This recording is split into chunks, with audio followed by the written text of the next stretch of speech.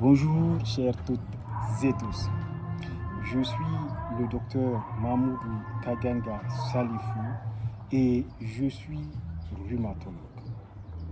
En ce 15 janvier 2025, je voudrais prolonger notre élément d'enseignement grand public concernant les conditions d'observance du Ramadan en nous entretenant sur le Ramadan chez le sujet âgé.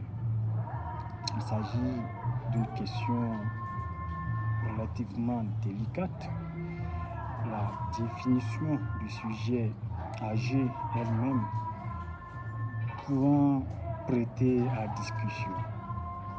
Mais grosso modo, le sujet âgé se définit par un âge atteignant ou dépassant le nombre 65, les 65 ans donc, pour certains les 60 ans. Mais les 65 ans font plus consensus dans le domaine scientifique. Quoi qu'il en soit, il n'y a pas un âge en réalité à partir duquel on devient vieux. D'accord? Pour serrer les concepts. À partir du moment où on est, chaque jour, on avance en âge et on tend vers la vieillesse. D'accord? Alors, ce qui définit le caractère vieux dans son sens entre guillemets péjoratif, ce sont des éléments qui vont aller dans le sens de la dépendance du sujet âgé vis-à-vis de son entourage, vis-à-vis des autres, de sa fragilité, de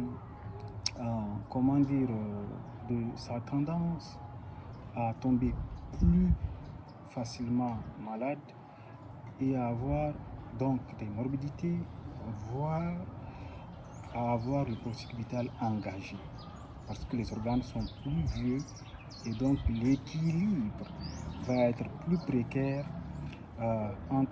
l'équilibre du fonctionnement interconnecté de ces organes va être plus précaire, pour ainsi m'exprimer. Donc pour aller dans le vif du sujet, le sujet âgé, en fonction de sa physiologie, peut avoir un organisme qui est comparable